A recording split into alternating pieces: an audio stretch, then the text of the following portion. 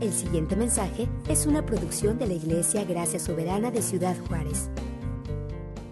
La semana pasada, el pastor Carlos estuvo explicándonos que para crecer en santidad necesitamos avanzar en un proceso que él le llamó el proceso de santificación. Un proceso que tiene diferentes pasos, que el primer paso es el arrepentimiento, que al arrepentimiento le sigue la renovación de la mente, y que fijemos nosotros nuestras mentes en la verdad de la palabra y que confiemos en ella. Nos dijo muy claramente que si nuestras mentes no son renovadas, no va a haber cambio en nuestras vidas. Después de eso nos dijo que sigue el revestimiento, que ustedes y yo agarremos esas obras justas, buenas, que Dios ha preparado para nosotros y vistamos nuestras vidas con ellas. Nos dijo que para que avancemos en ese proceso necesitamos de disciplina, de diligencia. Usó la ilustración de un atleta, que así como un atleta se prepara, se esfuerza, se sacrifica para correr mejor, tener un mejor desempeño en una carrera, que de la misma manera, si tú y yo queremos avanzar en ese proceso de santificación, necesitamos diligencia. Que no hay tal cosa como madurez cristiana sin esfuerzo. Nos dijo también que ustedes y yo sí podemos caminar en esas obras justas, que sí podemos hacer la voluntad de Dios. Primero que nada por la obra real que Dios ha hecho en ti y en mí. Esa obra de santificación, que Dios nos hizo santos. Y si nos hizo santos y tenemos la presencia de Dios mismo en nosotros, que por lo tanto sí podemos caminar en esas obras de justicia, esas obras de santidad. Quiero preguntarte ahora algo. ¿Qué tanto anhelas tú vivir en santidad? ¿Qué tan motivado estás? ¿Qué tan motivados estamos por vivir en santidad? Pónganse a pensar conmigo en la imagen de ese atleta otra vez. Ve la motivación de ese atleta. Está esforzándose porque quiere ganar el oro. Si viniera una persona aquí a visitarnos como congregación y tuviera un vistazo de algunos de nosotros, de una muestra de aquí de la iglesia, ¿tú crees que podría él concluir que en esta congregación somos una iglesia bien motivada por vivir en santidad? ¿Que somos una iglesia diligente en caminar en esas obras de justicia? ¿Pudiera decirlo? Mi esposa tiene una amiga en su trabajo. Es una amiga que a su corta edad, tiene como 28 años la muchacha, quiere ser gerente de planta. Es una muchacha bien inteligente. Está bien motivada por eso. Todos los días llega bien temprano a trabajar. Trabaja bien diligentemente en lo que tiene que hacer. Hace todo lo que su jefe le dice que haga. Inclusive hasta estudia materiales por ella misma que la ayuden y le equipen a ser una mejor empleada para cumplir su meta. Ella quiere ser gerente de planta. Está motivado por ello. Y cómo lo anhela, aún el esfuerzo que hace le parece poca cosa. A mí me gusta estar cerca de personas así, porque me retan, porque me llevan a preguntarme, por ejemplo, si yo vivo con la misma diligencia con la que ella persigue su meta, si yo vivo con esa diligencia, pero por avanzar en el proceso de santificación que Dios ha puesto delante de mí. ¿Vives tú así? ¿Vives tú motivado, anhelando la santidad personal en tu vida? Yo quiero ser sincero con ustedes. Yo creo que en lo personal, no precisamente estoy muy motivado a caminar en esas obras de justicia. Y en lo poco que conozco a muchos de ustedes, yo no podría decir que somos una congregación grandemente motivada por caminar en esas obras de justicia que Dios ha preparado para nosotros. La pregunta es, ¿por qué? ¿Por qué es que tú y yo no anhelamos la santidad personal en nuestra vida? Y aunque esa es una pregunta bien grande y no tan fácil de responder, quiero decirles que tengo la impresión que una de las razones es porque tú y yo tenemos un mal entendimiento de la santidad. Un entendimiento más corto de lo que la Biblia dice. Y que no logramos ver con claridad los beneficios únicos que ésta produce en nuestras vidas. Y lo único que vamos a hacer esta mañana es revisar la Biblia y encontrar 3 razones que la Biblia nos da para vivir en santidad. Razones que yo creo nos van a ayudar a ti y a mí a tener una ambición por vivir vidas santas. Así que, ¿cómo no me acompañas, por favor, al libro de Efesios, capítulo 2? Vamos a empezar. Voy a leer varios versículos. Afortunadamente, con la tecnología van a estar puestos aquí. Te quiero animar, si no alcanzas a encontrarlos ahí en tu Biblia, que los anotes y luego te vayas a comprobar en tu casa si lo que les dije es cierto. Pero por favor no te distraigas en tratar de encontrarlos, porque puede ser que te pierdas del hilo del mensaje que creo yo Dios quiere traer a tu vida esta mañana. Razón 1, la encontramos en el libro de Efesios, y esta es que tú y yo fuimos creados en Cristo Jesús para vivir en santidad. Fuimos creados en Cristo Jesús para vivir en santidad. Velo conmigo en Efesios. Porque somos hechura suya, creados en Cristo Jesús para hacer buenas obras, las cuales Dios preparó de antemano para que anduviésemos en ellas. ¿Se fijan? Dice la Biblia, dice la Escritura, la palabra de Dios, que si tú estás en Cristo, fuiste creado por el Espíritu Santo para vivir en santidad. Así como nos decía el pastor Carlos, es importante que entendamos que ya somos santos. Que si tú estás en Cristo Jesús por medio del arrepentimiento, ya eres santo. Que esa es una realidad permanente en ti, objetiva.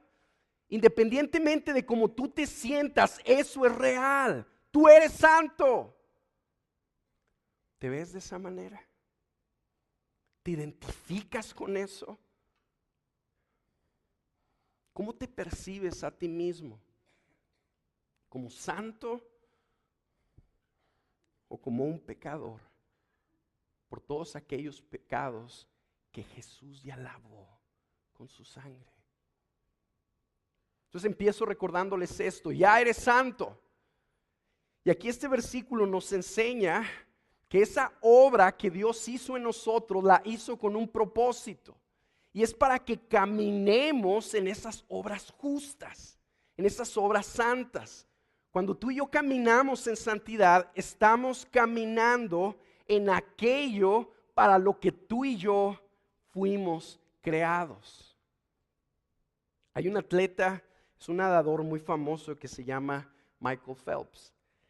Yo imagino que algunos de ustedes saben quién es. Es el nadador olímpico que más medallas ha ganado en la historia de las Olimpiadas. No hay otro atleta que tenga esa cantidad de medallas que él tiene.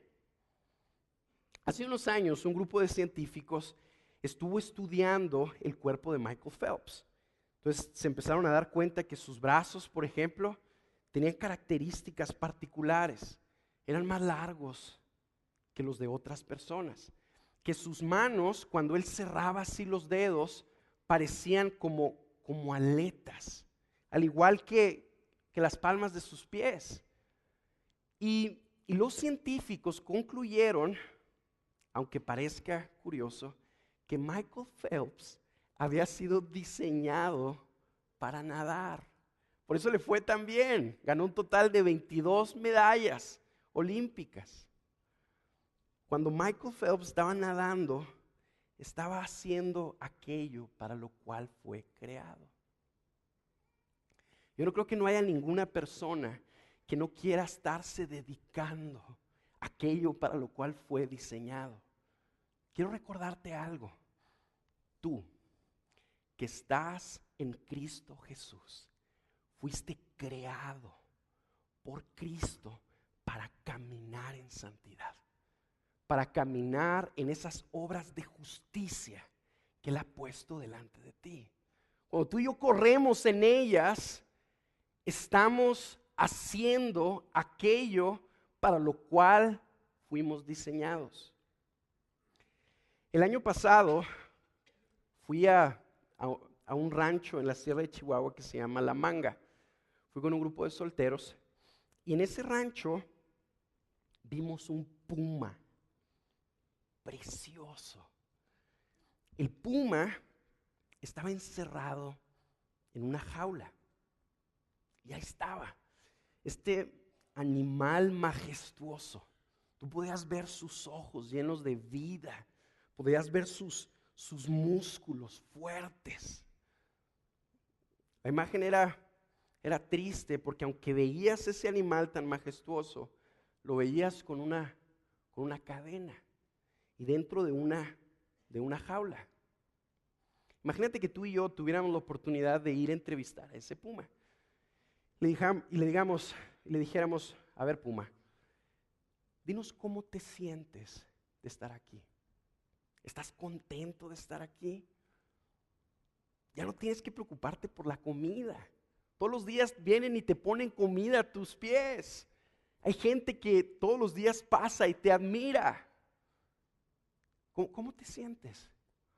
Si el puma pudiera hablar, yo te aseguro que nos diría que se siente todo frustrado. ¿Por qué?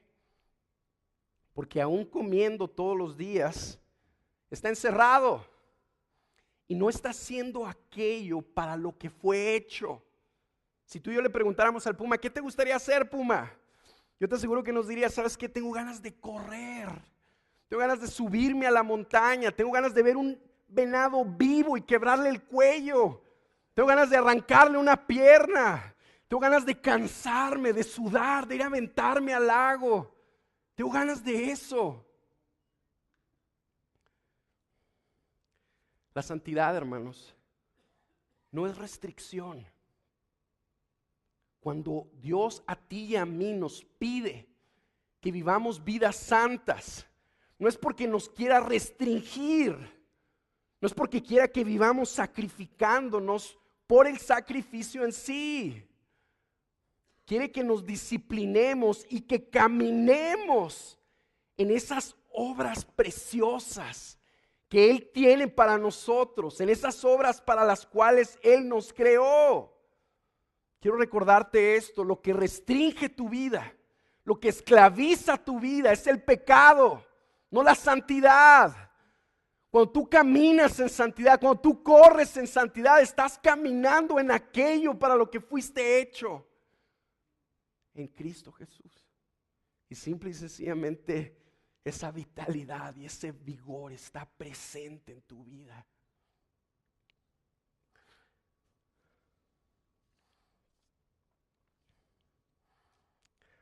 Dios no quiere, hermanos, que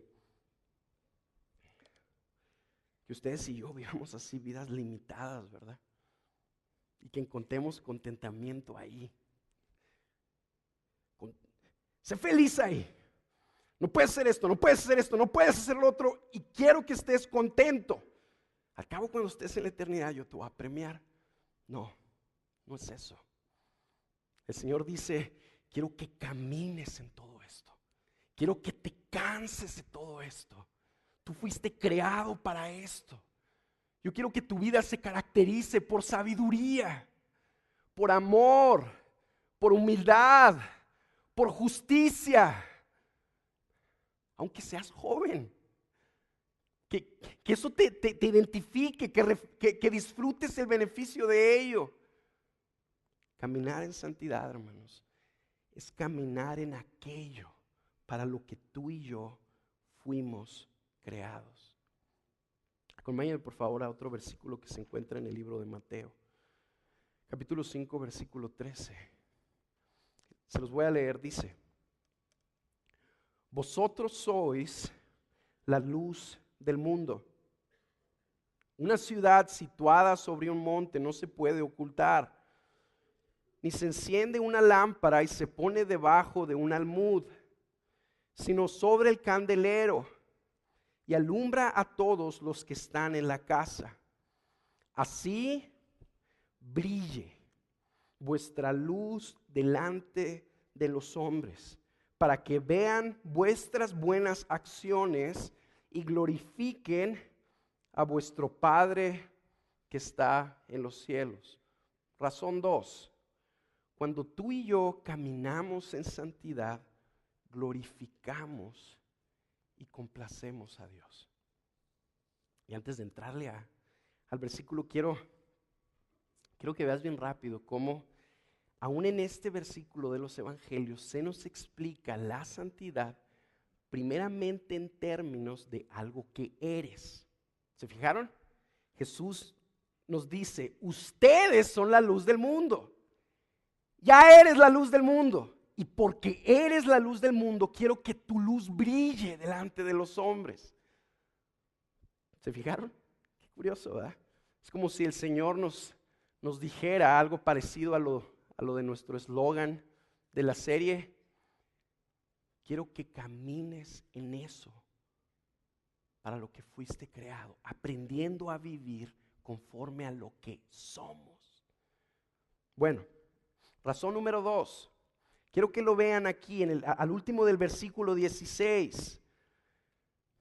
Cuando tú y yo caminamos en santidad, haciendo buenas obras, esas buenas obras que el Señor nos permite conocer en su palabra, lo que sucede es que nuestro Padre es glorificado. Fíjate el efecto automático de una vida santa. Una persona que camina en santidad, ¿qué pasa? ¡Pum! Dios es glorificado. Quiero que veas esto. Dios a ti y a mí nos ha dado la capacidad de glorificarlo.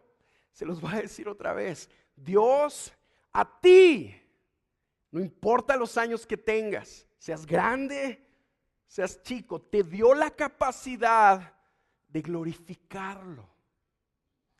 Y tú y yo lo glorificamos cuando caminamos en santidad.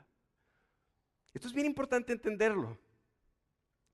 Fíjense un error de nuestra cultura cristiana, un error de nuestro entendimiento cristiano. A veces pensamos que Dios es glorificado principalmente por medio de mensajes ungidos. Ustedes y yo estamos en un congreso y escuchamos a un gran predicador y decimos: wow, Dios fue glorificado. Salimos de ahí y decimos: Señor, ¿por qué no me hiciste a mí como Él? Soy torpe para hablar, soy medio menso. Yo no puedo glorificarte. Mi vida no puede glorificarte. Eso lo percibo yo un poquito cuando se acerca una mamá conmigo, con su niño, y me dice: él cuando sea grande va a ser pastor. Y yo veo al pobre muchachito y digo: ¿por qué? ¿Cómo que va a ser pastor? Y luego me acerco con el niño y le digo: mijo, ¿tú quieres ser pastor? Y me dice: no, yo quiero ser ingeniero químico. Wow, y luego tú lo ves al chamaquito y dices: bueno, ¿por qué la mamá quiere forzar a este niño a ser pastor? ¿Sabes por qué? Porque ella piensa que aquí en el púlpito es donde Dios es glorificado. La Biblia sí nos enseña que Dios es glorificado cuando se predica sanamente su palabra. Pero quiero que piensen conmigo que la predicación dura 1 hora, 1 hora y media en la semana, ¿me explico? Este versículo nos enseña cómo Dios es principalmente glorificado ante el mundo. ¿Cómo? Por medio de las acciones, de las obras de su pueblo. Por medio de tu vida. Cuando tú estás viviendo en santidad, no pensando solamente en santidad, no deseando la santidad, viviendo, caminando en esas obras de justicia, el efecto automático e imparable es que tu Padre Celestial es glorificado. Cuando yo estaba en la universidad, me acuerdo que venía a la iglesia y escuchaba así mensajes bien tremendos y me iba. ¡Pum! Estaba bien contento porque había escuchado al pastor Abelardo hablar de la gloria de Dios, por ejemplo. Yo decía, sí, yo quiero glorificar a Dios. Y iba a la escuela. Y estaba ahí. Y me daba cuenta que la gente no quería escucharme. Era y sigo siendo torpe para hablar. Entonces la gente no me quería oír, me daba la vuelta. Y yo me sentía triste. Porque yo decía, Señor, mi vida está siendo desperdiciada. Ya pasó otro día de clases y yo no glorifiqué tu nombre ahí en mi escuela. Porque no puedo hablar con Abelardo o como Abelardo. No puedo predicar tu evangelio como él. Estoy desperdiciando mi vida, Señor. Y por el estudio de la palabra, particularmente de este versículo, el Señor me enseñó algo. Me dijo, mira Alex, aún cuando esta gente no te quiere escuchar, yo estoy hablándoles, testificándoles por medio de tu vida. Cuando ellos te ven a ti caminando en esas horas de justicia, déjame decirte algo, aunque ellos no quieran, mi nombre está siendo glorificado delante de sus ojos. Entonces entendí, no es solo agarrar a alguien y ¡pum! Darle un fracaso con la Biblia. Es vivir una vida santa, como Dios es principalmente glorificado. Cuando tú y yo caminamos en santidad, el efecto automático, imparable, es que tu Padre Celestial, que tanto te amó, que envió a su Hijo a morir en tu lugar, es glorificado. Cuando tú estás en tu trabajo, estás ahí, estás diciendo voy a caminar en santidad y empiezas a hacer tu trabajo sí en excelencia, pero no para recibir un beneficio económico o profesional, sino simple y sencillamente por servir a tu equipo de trabajo, simple y sencillamente por amor a ellos. No buscando que se hagan tus planes, no buscando que se haga tu opinión, sino buscando en humildad servir con una solución real. Tu Padre es glorificado. Cuando tú que estás joven, te guardas en pureza sexual, y estás con tus amigos y te platican, oye, ¿sabes qué? Pues yo voy tras esta chica. Y tú le dices, yo me estoy guardando. Yo quiero llegar virgen al matrimonio. Cuando tú haces esas cosas, tu Padre está siendo glorificado. Aunque tus amigos se rían de ti. Está siendo ahí un testimonio firme que Dios está dando por medio de tu vida.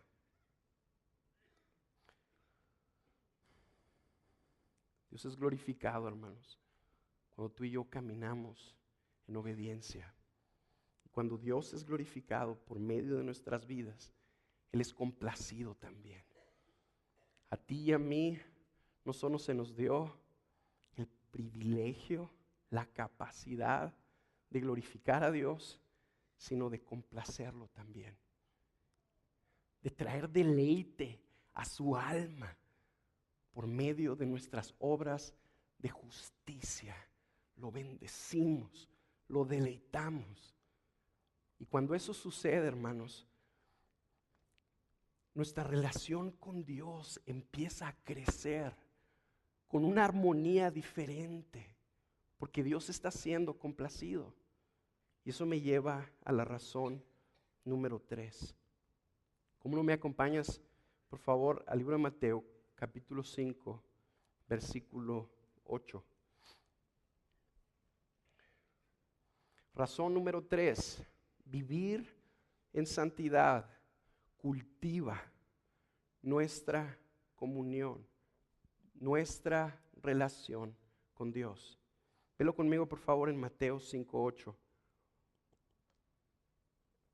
Fíjate lo que dice. Bienaventurados o tremendamente felices. Eso es lo que significa la palabra bienaventurado. Bienaventurados los de limpio corazón, pues ellos verán a Dios. Este versículo nos enseña una de las promesas más impresionantes de la Escritura. Que el ser humano, que tú y yo tenemos la oportunidad de un día ver a Dios. Bienaventurados los de limpio corazón, pues ellos verán a Dios. Este versículo tiene una aplicación tanto en la eternidad como en el día de hoy.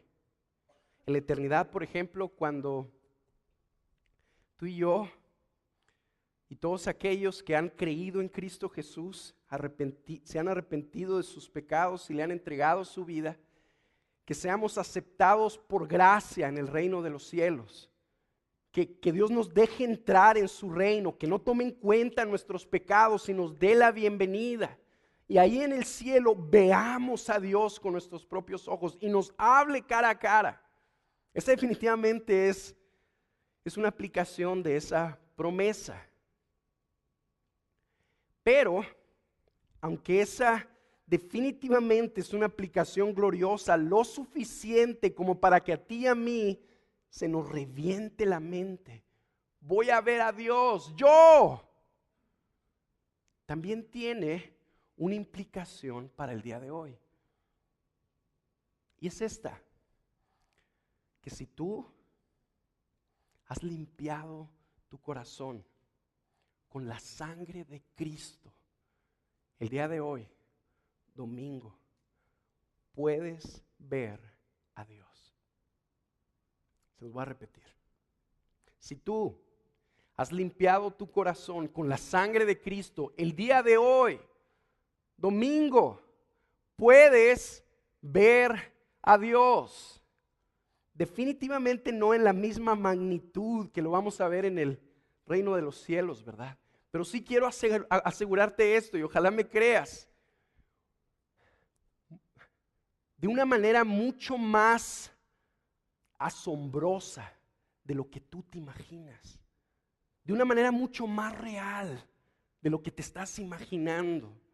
Los de limpio corazón pueden ver a Dios. Acompáñame al libro de Éxodo. La Biblia nos enseña que Dios desea que su pueblo tenga una relación con Él, una relación real con Él, que su pueblo le hable a Dios, que su pueblo escuche la voz de Dios, que su pueblo vea la grandeza de Dios, que Dios cubra la necesidad de su pueblo. La Biblia enseña que Dios quiere que tú y yo caminemos con Dios como si estuviéramos caminando con un amigo o con tu padre. Y quiero que veas un ejemplo de esto en el libro de Éxodo. Viene en el capítulo 33, en el versículo 11.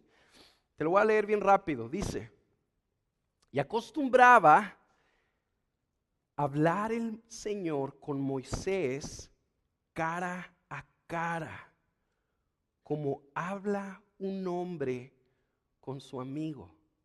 ¿Te fijaste? Acostumbraba. Qué curioso, era una costumbre. Era una costumbre del Señor hablar con Moisés cara a cara, como quien habla con un amigo. Luego fíjate lo que eso provocó en Moisés. Entonces dice el capítulo 34, versículo 5. Vamos a verlo, dice. Y el Señor, el 33, 18. 33, 18. Fíjense entonces lo que Moisés le dice. Te ruego que me muestres tu gloria. Eso es lo que Moisés le dice al Señor. Señor, estás platicando conmigo, como yo hablo con mis compas. Déjame decirte algo. No quiero solo eso. No solo quiero escuchar tu voz. No solo quiero saber que tú me escuchas cuando yo te hablo. Quiero ver tu gloria. Muéstrame tu gloria. Vamos a ver la respuesta de Dios. Ahora sí, capítulo 34, versículo 5. Y el Señor descendió en la nube y estuvo ahí con él, mientras o sea Moisés, invocaba el nombre del Señor. Entonces pasó el Señor por delante de él y proclamó el Señor delante de Moisés, el Señor, Dios compasivo y clemente, lento para la ira y abundante en misericordia y verdad. ¿Qué pasó ahí? Dios contestó la oración de Moisés. Cuando Moisés le dice, muéstrame tu gloria, el Señor le responde y le permite ver su gloria. A partir de ese momento, Moisés conocía que Dios era misericordioso, clemente, lento para la ira. No porque alguien había llegado con la Biblia a decirle, mira, Dios es así, sino porque Moisés lo había visto con sus propios ojos. ¿Te das cuenta? Algunos de ustedes me podrían decir, sí, Alex, pero era Moisés. Yo soy Felipe, ¿verdad? ¿Yo qué? Déjame decirte esto, déjame recordarte esto. El Hijo de Dios murió en tu lugar. El Hijo de Dios llevó tus pecados en la cruz. El Hijo de Dios te lavó con su sangre. Y el libro de Hebreos nos enseña que aún tú y yo tenemos libertad para entrar en el lugar santísimo. ¿Cuál es el lugar santísimo? Donde está la presencia de Dios. Eso quiere decir que también tú y yo, por Cristo, por el dolor del Cordero, por la muerte del Hijo de Dios, podemos entrar y ver a Dios con nuestros ojos espirituales y conocerlo y tener una relación con Él. Ahora, ¿dónde sucedió esto? ¿Sucedió en el cielo o en la tierra? En la tierra. ¿Te das cuenta? Bienaventurados los de limpio corazón, pues ellos verán a Dios. Vamos a ver otro versículo. Isaías 30, 18. Isaías 30, 18. Quiero hacerte una pregunta antes de entrarle. ¿Son tus devocionales así? Como los devocionales de Moisés. Cuando tú te sientas a leer la Escritura, en la mañana o en la escuela, ¿son tus devocionales así? Quiero animarte a esto. No te conformes con menos. No te conformes con menos. Que tus devocionales y los míos no se limiten a hacer un estudio bíblico donde estamos aprendiendo conceptos. Que sean tiempos reales, de una interacción real entre el Dios que te ama y tú. Que tú puedas estar ahí en comunión con tu Padre. Que cuando tengas una situación con tus hijos, llegues con el omnipotente y le digas, Señor, ¿qué hago con él? Tengo este problema, no me quiere hacer caso. Mira a sus amigos, y que tú sepas de una manera real que Dios te está escuchando. Y luego que le preguntes, bueno Dios, dime qué hago. Y que esperes a que el Dios viviente te responda. ¿Son tus devocionales así? No te conformes con algo menos. Que Dios nos permita ser buscadores audaces de su presencia, que anhelan tenerlo cara a cara. Se puede. Es la voluntad de Dios para ti y para mí. Es un privilegio increíble que se ha ganado para nosotros por la sangre de Cristo. No te conformes con menos. Vamos a ver Isaías 30:18. Por tanto, el Señor espera para tener piedad de vosotros, y por eso se levantará para tener compasión de vosotros. Porque el Señor es un Dios de justicia. Cuán bienaventurados son los que en Él esperan. Oh pueblo de Sión, morador de Jerusalén, no llorarás más. Ciertamente se apiadará de ti a la voz de tu clamor. Cuando la oiga, te responderá. Aunque el Señor os ha dado pan de escasez y agua de opresión, tu maestro, ¿cuál maestro? El tuyo, tu maestro no se esconderá más, sino que tus ojos contemplarán a tu maestro. Tus oídos oirán detrás de ti una palabra. Este es el camino, andad en él, ya sea que vayáis a la derecha o a la izquierda. ¿Es tu relación con Dios así? Esta es la relación que Dios quiere tener contigo.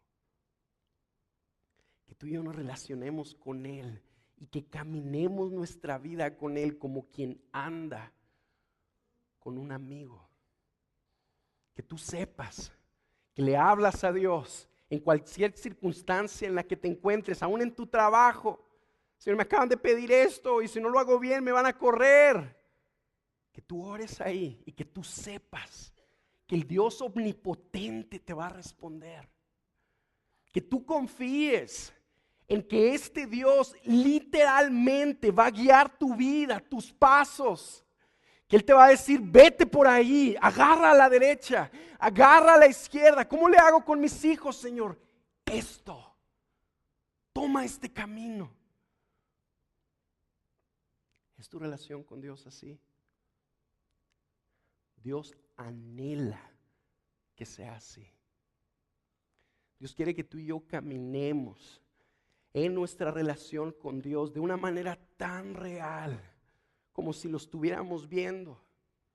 Como dice el libro de Hebreos, caminando como viendo al invisible. Ahí está Dios. Y Dios es más real que todo lo que estoy experimentando. Él es más real. ¿Quieres una relación con Dios así? Dios quiere. Y tú caminar en santidad, tú caminar en esas obras de justicia, cultivan, fomentan una relación con Dios así. Bienaventurados los de limpio corazón, pues ellos verán a Dios. Fíjense algo.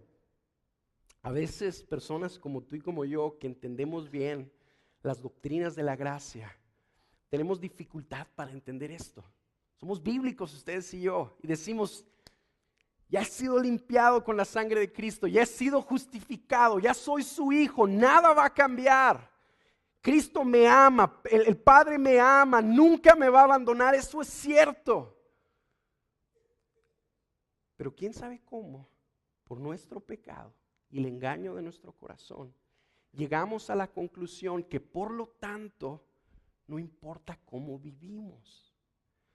Son ese tipo de respuestas que tú y yo damos cuando se nos predica el evangelio de una manera así clarita y se nos dice Cristo perdona tus pecados si confías en Él. No tienes que hacer nada, simple y sencillamente confiar en Él en arrepentimiento. Y luego de repente tú y yo decimos, ¿tan fácil? ¿Eso quiere decir que entonces no tengo que hacer nada? Pues qué padre. Entonces voy a agarrar y voy a ver en el internet lo que yo quiera. Voy a divertirme con mis amigos como yo quiera. Voy a prosperar en mi trabajo como yo quiera, independientemente de si eso complace al Señor o no. Al cabo Dios me ama y eso nunca va a cambiar. Quiero empezar con esto. Eso es cierto.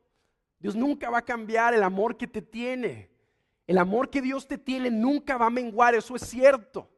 Has sido adoptado por Dios como su hijo y esa realidad nunca va a cambiar. Aunque peques, es cierto, pero tu pecado y el mío afectan nuestra relación con Dios. Nos estorban de tener una relación como se nos describe aquí con el Señor. Bienaventurados los de limpio corazón, aquellos que han limpiado sus corazones con la sangre de Cristo, pero que continuamente lo limpian, que continuamente están haciendo el pecado a un lado en su vida, que continuamente llevan ese pecado a los pies de Cristo. Señor, lávame de mi maldad. Aquellos que están limpiando continuamente su corazón son los que ven a Dios. Bienaventurados los de limpio corazón, pues ellos verán a Dios. Vamos a poner un ejemplo, es como un padre y su hijo. Ahí está el padre, ama a su hijo, lo ama más que sus propios ojos. Tiene una relación con él vibrante, real. Pero el padre se ve agraviado por algo que el hijo hace. El hijo lo ofende al padre.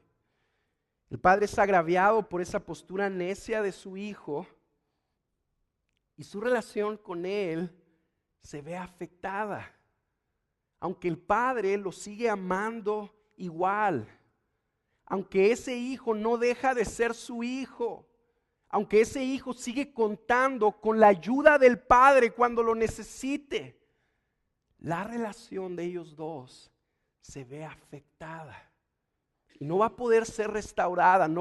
El hijo y el padre no podrán tener una relación vibrante, cercana, íntima de nuevo hasta que el hijo se vuelva a su padre en arrepentimiento, hasta que le pida perdón y camine en aquellas cosas que le agradan. Cualquier esposo entiende esto. Yo, por ejemplo, con mi esposa, yo anhelo tener una relación vibrante con ella, limpia, llena de vitalidad. En cuanto yo meto la pata, en cuanto yo hago algo que la agravia, lo noto en sus ojos. Ya no me ve igual. Ya no me habla igual. Quiero llegar con ella y picarle la panza. Ya no se ríe igual. ¿Por qué? Porque la ofendí. Si yo quiero tener una relación con ella cercana, vibrante, no puedo vivir ofendiéndola pensando que no pasa nada. ¿Qué es lo que tengo que hacer? Tengo que ir a ella y pedirle perdón. ¿Cuándo es cuando yo tengo una relación vibrante con ella? Cuando vivo haciendo lo que le agrada, cuando vivo sirviéndola. Eso cultiva mi relación con ella, la fomenta. Tu santidad personal, el tu caminar en esas obras de justicia, cultivan tu relación con Dios. Hace unos años tuve un conflicto con una persona. Esta persona sentí como que me exasperó y me ofendí, me enojé con ella abiertamente y guardé rencor en mi corazón. Me enojé.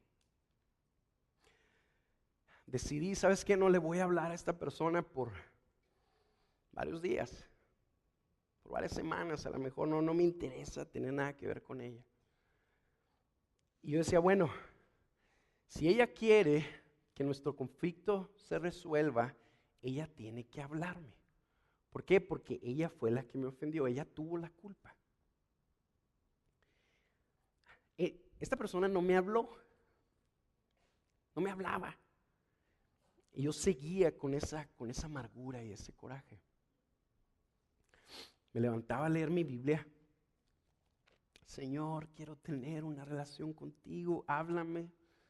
Y hagan de cuenta como si la Biblia estuviera así forrada de cemento, o sea, no pasaba nada. Yo le hablaba a Dios y como si mis palabras, ¡ping!, se cayeran del techo. No podía yo tener una relación con Dios. Yo decía, Señor, ¿qué está pasando? Y Dios me ayudó a ver que era mi rencor y mi coraje, mi orgullo, lo que me estaba impidiendo tener esa relación con Él. Cuando yo me había enojado con ella y había guardado rencor en mi corazón, también lo había ofendido a Él. Entonces yo le decía, Señor, pero ella empezó. Ella fue la que me ofendió, ella tiene la culpa, que me hable ella y me humillo. Te lo aseguro, y le pido perdón también, pero que ella empiece, ella empezó. Pues yo seguía leyendo y no pasaba nada. Hasta que tuve que agarrar el teléfono y hablarle. Decirle, ¿sabes qué? Quiero pedirte perdón. Te confieso que me enojé contigo por esto y por otro, pero perdóname, por favor. Fue una postura mala mía y bla, bla, bla. Me tragué mi orgullo. Hice a un lado mi rencor. ¿Por qué? Porque anhelaba más el tener una comunión con Dios, el tener una relación con Él, que guardar el orgullo en mi corazón. ¿Sabes por qué vale la pena negar la lujuria en tu vida? Porque el abrazarla te priva, te roba del placer supremo de conocer al Dios viviente, de ver al Dios viviente. ¿Sabes por qué vale la pena que tú y yo seamos agresivos por hacer a un lado todo pecado en nuestra vida? Porque nos roba de la posibilidad de ver a Dios en una relación con Él real, de escuchar su voz, de hablarle, de ver su carácter, de comprobar su amor, de sentir su abrazo. De eso nos priva. Cuando Dios te llama, hermano, a vivir una vida santa, no, lo peor que tú y yo podemos hacer es tomar una postura legalista y decir, yo tengo que hacer esto porque esto es lo que los cristianos hacemos. ¡Falso! ¿Sabes por qué? Es bueno que tú y yo caminemos en santidad porque fomenta nuestra relación con Dios. Nos permite, la limpia para poder verlo y disfrutarlo tan cerca como lo disfrutó Moisés. Ahora, quiero decirte esto. Esto es parecido al primer punto. Tú y yo fuimos creados por Dios para esto. Tú y yo fuimos creados para vivir en santidad, pero también fuimos creados para tener este tipo de relación con Él. Piensa por favor, por ejemplo, en el cuadro de un niño huérfano que no tiene a sus padres. Dime si eso es sano. ¿A poco no hay algo incorrecto en la imagen? Igual tú y yo fuimos creados para tener una relación con Él. Y cuando tú y yo estamos en esa relación con Él, caminando en esas obras de justicia, hay una frescura y una vitalidad en nosotros, porque estamos caminando en aquello para lo que fuimos creados. Déjame ponerte un ejemplo. Imagínate que tú y yo somos árboles. Somos árboles. Imagínate que tú eres un árbol. Y que curiosamente eres un árbol que te puedes mover. Te has plantado aquí y de repente se te antoja y ¡pup!, te plantas acá. Te puedes mover. Y tú y yo vivimos en una tierra desértica. Pero donde curiosamente pasa un arroyo con un chorro de corriente fuerte. Y nuestro amo va y nos planta a la orilla de ese arroyo. En su bondad nos planta ahí, nos habla y nos dice, miren, arbolitos, quédense aquí, a la orilla del arroyo. Ustedes necesitan esa agua para nutrirse, para alimentarse. Y luego en su sabiduría y en su amor por nosotros, pone un cerco, así alrededor, amplio, grande, así un cerco. Y nos dice, miren, todo este campo, kilómetros y kilómetros, amplio, corre ahí. Todo eso es tuyo, caminen todo lo que quieras, todo eso lo hice para ti. Mientras estés dentro de este cerco, te va a ir bien. ¿Cómo sería nuestra condición, hermanos? Si ustedes y yo estamos plantados ahí a la orilla del río con su corriente. No llueve, no está lloviendo, nadie llega a regarnos. Pero tú y yo estamos conectados ahí con el río. ¿Cómo serían nuestras hojas? Verdes. Nuestro tronco fuerte, firme. Nuestro follaje amplio, grandotote. Vendrían los animales a cubrirse bajo nuestra sombra. Aún los hombres vendrían a sentarse a descansar a nuestros pies, ¿verdad? Porque estamos conectados a la corriente. Ahora, imagínate que un arbolito agarra, es un arbolito necio, y se empieza a mover, ve que no le pasa nada, y luego de repente se va para acá, está a la orillita del cerco, y ahí vive, en la orilla del cerco, y ve que está nutrido, ve que se está alimentando bien todavía, ve sus hojas y dice, wow, todavía estoy bien. Y luego agarra y se brinca el cerco y se va corriendo y se planta en medio de unos edificios grandes e impresionantes. Le gustaron esos edificios y se planta ahí. Y ahí se queda. No llueve y nadie lo riega.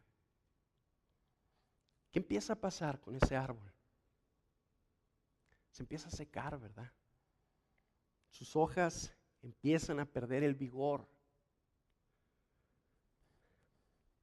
En lugar de vitalidad, empieza a haber sequedad en su vida y en lugar de dar un fruto abundante, empieza a morirse y a servir para el fuego. Acompáñenme por favor al Salmo 1.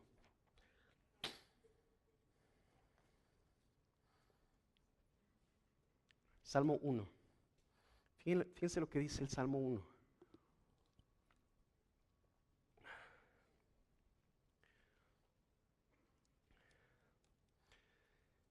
Dice, cuán bienaventurado es el hombre que no anda en el consejo de los impíos, ni se detiene en el camino de los pecadores, ni se sienta en la silla de los escarnecedores. ¿De qué está hablando? De santidad, caminar en esas obras de justicia. Versículo 2. Sino que en la ley del Señor está su deleite, y en su ley medita de día y de noche. ¿De qué está hablando ahí? De que esa persona tiene una relación con Dios por medio de su ley, por medio de su palabra, una relación real que lo deleita. Ahora, ¿cuál es el efecto de eso?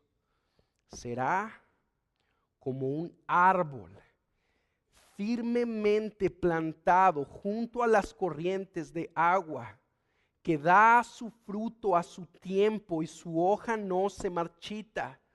En todo lo que hace, prospera. No así con los impíos, que son como paja que se lleva el viento. ¿Qué pasa cuando tú y yo estamos caminando en esas obras de justicia? y viviendo en santidad, estamos llenos de vigor, llenos de vitalidad. Nuestras vidas dan fruto.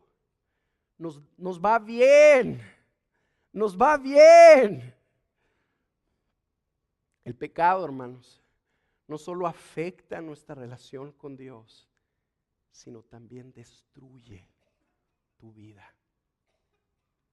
El pecado destruye tu vida. Porque es que el Señor te llama a que te alejes de esas amistades, porque te incitan a pecar. No es que Dios quiera restringirte, es que quiere el bien para ti. Quiere verte prosperar. Quiere verte disfrutar de lo que Él tiene para ti. Es por eso que nos llama a vivir en santidad, hermanos. Caminar dentro de ese cerco, correr ahí, ensuciarnos allá adentro, todo lo que queramos. Nos lo pide porque así florecemos.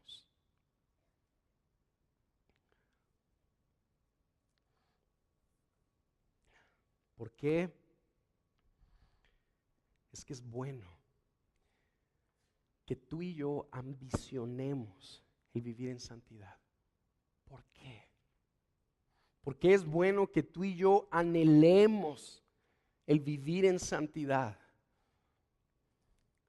Porque para eso fuimos creados. Porque eso glorifica a nuestro Padre Celestial y lo complace. Porque eso cultiva nuestra relación con Él. Esperamos haya sido de bendición.